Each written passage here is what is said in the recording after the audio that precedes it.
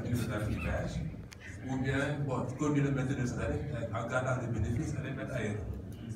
Ça, c'est aux autorités locales de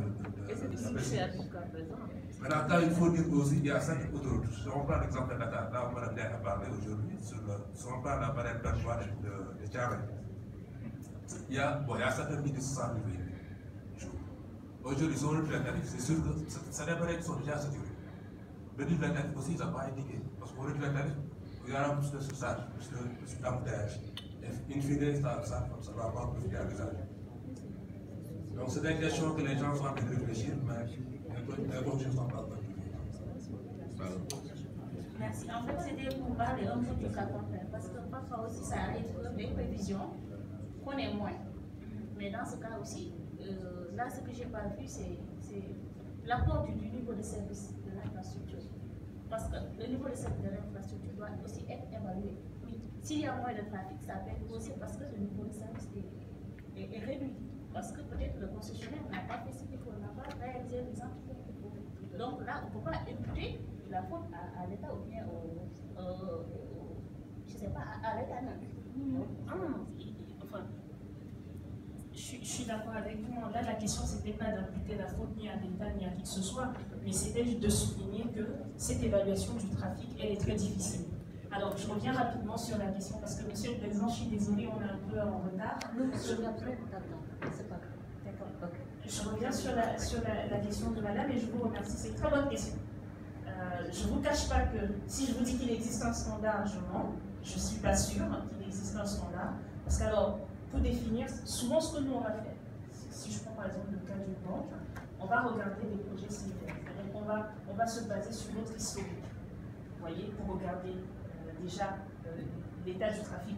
Très souvent, avant même de définir si vous voulez, le montant du péage, mais aussi les prévisions, on fait des études au préalable. On essaie d'abord de définir combien de véhicules par jour, quotidiennement, passent sur ce tronçon de route. Vous comprenez? Alors, en fonction de ça, on regarde. Et ce qui est important, c'est pas de regarder juste pendant la période, ce qu'on appelle en anglais rush hour, pendant la période de pointe. Il faut regarder aussi pendant les périodes creuses. Il ne faut pas regarder juste pendant les mois où tout le monde est en ville, il faut regarder aussi pendant les mois où les gens sont en vacances.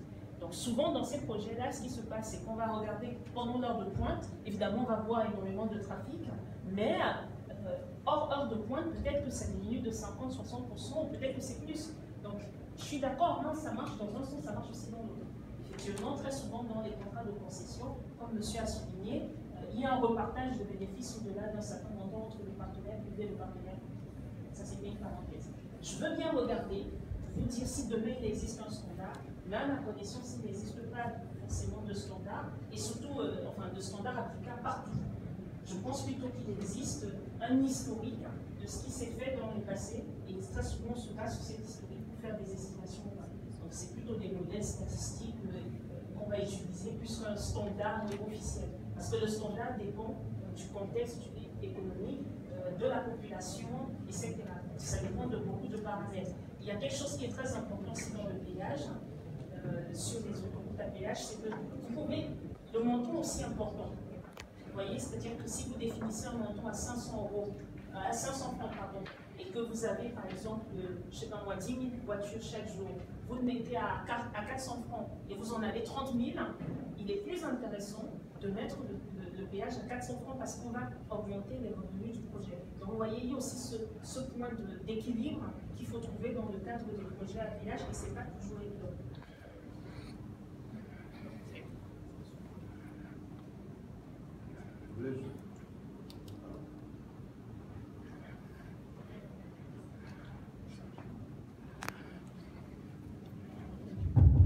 Voilà, je voulais juste rebondir donc à la préoccupation du collègue du Togo, la question qu'il a posée.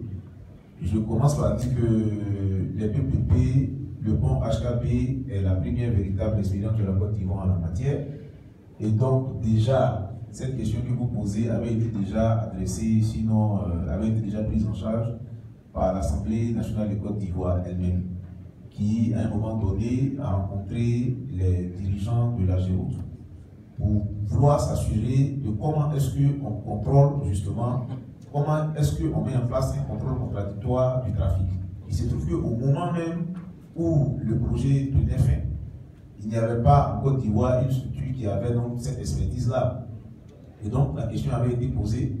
Alors au moment où je vous parle, on n'a pas encore dit clairement si c'est par exemple la Géroute qui aura en charge ce contrôle contradictoire, ou bien alors si ça devait être logé au sein du cabinet du ministre des Infrastructures.